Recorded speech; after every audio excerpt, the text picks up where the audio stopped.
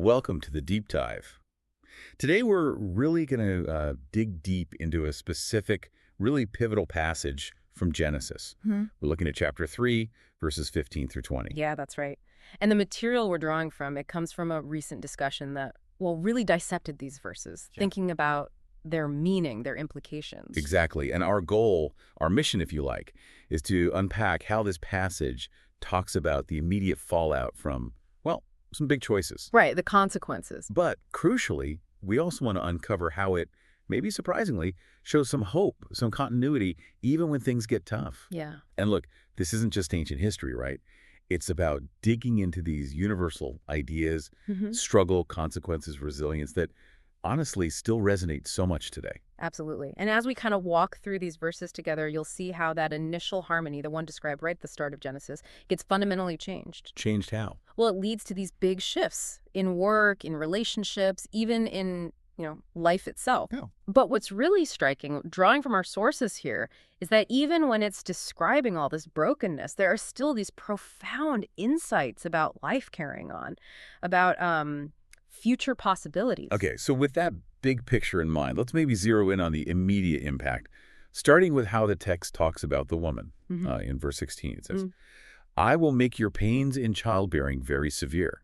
With painful labor you will give birth to children. Your desire will be for your husband, and he will rule over you. That's a really challenging verse. It really is. It's prompted centuries of discussion, hasn't it? And it immediately flags this dramatic shift in human experience and the density of just that one verse. It's pretty remarkable. I mean, the pain in childbirth, obviously, that resonates physically, but our sources really spent time unpacking the Hebrew word for desire there. Oh, interesting. What about it? Well, it seems it can mean more than just longing. It might also imply a kind of striving, maybe for control, which adds this whole other layer, To the relationship part. Exactly. To that tension and struggle that now seems to define human relationships. That original harmony, that partnership in Eden, it's disrupted. Right. But, and this is absolutely critical based on our sources, this isn't laid out as a prescription. It's not saying this is how things should be. Ah, okay. So what is it then? It's more of a description of the brokenness that sort of enters the world because of the choices made. That distinction feels really important. So not God saying, okay, husbands rule, wives desire, but more like observing, because of this break, this is the kind of tension that's going to creep in. Precisely. It's an observation of how things will likely be, now that things have fundamentally shifted. Okay, but let me ask you this. For someone today, maybe grappling with difficult relationship dynamics, how does knowing that context, that it's descriptive, not prescriptive, actually help? Does it, I don't know, offer a different kind of permission? Or hope, maybe? I think it really does. It lets us see these struggles as, well, part of the human condition post-fall, not necessarily a divine ideal we have to live up to or enforce. I see. Understanding them as descriptive gives us more agency, perhaps, to navigate them differently. We're not quite so bound by them, if that makes sense. That perspective was a real core takeaway from the discussion we're drawing on. Yeah, that makes sense. Okay, so after addressing the woman, the focus shifts. It does. It shifts to Adam in verses 17 through 19. It says, because you listened to your wife and ate fruit from the tree, cursed is the ground because of you. Through painful toil, you will eat food from it all the days of your life. So work itself changes. What started maybe as joyful tending in the garden, now it becomes a struggle. Exactly that. If you think back to earlier in Genesis, work seems presented as a joy, a calling almost. Now it becomes hard. Frustrating. Yeah. The text goes on, by the sweat of your brow you will eat your food until you return to the ground, since from it you were taken, for dust you are, and to dust you will return. Ah, there it is. That famous line, dust you are, and to dust you will return. Sometimes people say ashes to ashes. Right, that phrase echoes this. It's just a stark reminder of mortality, isn't it? It really is. A truth we all kind of have to grapple with. And the text presents it as something new here, that death has now sort of entered the picture. Okay, so we've looked at these pretty heavy consequences for the woman, for Adam, affecting relationships, work, even bringing in mortality itself. It feels like it could just end there in despair. You'd think so, wouldn't you? But that's where the story takes this really fascinating turn. How so? Well, despite everything we've just talked about, there's this surprising thread of hope that gets woven in right at the end of this section. Okay. In verse 20, it says, Adam names his wife Eve.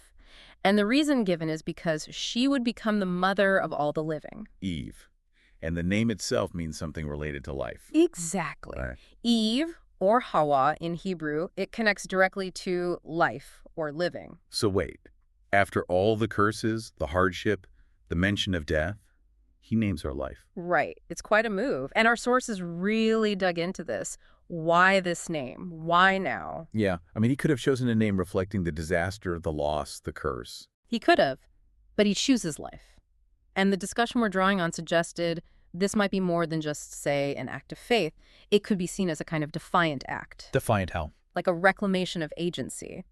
In this world now marked by death and struggle, here's the first human act that actively chooses and affirms life. Wow, okay, that shifts things. It really does. It reframes the narrative slightly. It's not just about consequences. It's maybe the beginning of a trajectory towards redemption, or at least resilience. So finding hope even when things look incredibly bleak. Yes, that capacity seems to be highlighted here. Humanity's maybe God-given ability to find or even create hope in the face of really stark realities. I can definitely see the hope in that naming. It's powerful. But playing devil's advocate for a second, someone might say, okay, but one hopeful name versus curses, toil, death. It feels a bit small, doesn't it? Yeah. How did the sources weigh that? Does it really counterbalance everything else? That's a fair point. And the sources didn't suggest it magically erases everything, but they did highlight something else important. What was that? That God doesn't just abandon them. Yes, the consequences are real, they're significant, but there's also this underlying sense of, well, care. Provision, even. Think about what happens next in the text. God makes garments of skin for them. Ah, right. Yeah. So it's not just condemnation. No. And Adam's act of naming Eve life, it kind of prefigures or hints at later themes in the bigger story. It sets the stage, you could say, for how this brokenness might eventually be addressed. It's not the whole solution right here, but maybe it's a declaration of intent, a sign that life will find a way. Okay, that helps contextualize it. So let's try to wrap this up. As we finish this deep dive into Genesis 3, these specific verses 15 to 20, we've seen the consequences laid out for the serpent, for the woman, the pain in childbearing, the tension in relationships, and for Adam, the ground being cursed, work becoming toil, and that stark reality of mortality. Dust you are, and to dust you will return. Yeah, quite the list. But the really striking insight, drawing from our sources, is hammering home that distinction again. These things are a description of the world after this pivotal moment. Not a prescription for how it has to be. Exactly, not a rule book for suffering or hierarchy. And alongside that, there's that crucial glimmer of hope. Adam naming his wife Eve, life, living. It points toward a future, doesn't it? Even amid all the loss and pain. It does. And this connects to that bigger idea from our discussion, that even in the middle of profound challenges, real consequences, there's still this undercurrent of care, of provision, and maybe the promise of restoration down the line. It sort of sets the stage for a much larger story about dealing with brokenness. So maybe a final thought for you, the listener, to mull over. Thinking about this ancient story, how hope emerges right there alongside loss. How can you perhaps find and hold on to the promise of new life, even when you're facing your own struggles, your own difficult circumstances? That's a great question to sit with. And we'd genuinely love to hear from you on this. What names or maybe what words have brought you life when times were tough? Feel free to share your thoughts, your questions. We might even feature some insights in future deep dives. Yeah, that would be great. Well, thanks so much for joining us on the Deep Dive today. Keep exploring, keep asking questions, and keep digging into the material that helps you become more well-informed.